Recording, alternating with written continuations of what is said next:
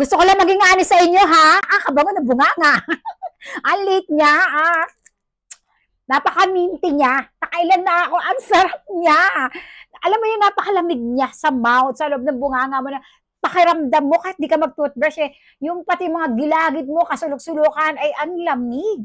Pakiramdam mo ang bango-bango ng hiningang ilalabas mo. Ang daming niya, no? Ang liliit niya. Ganyan kaliliit. May mga flavor yan.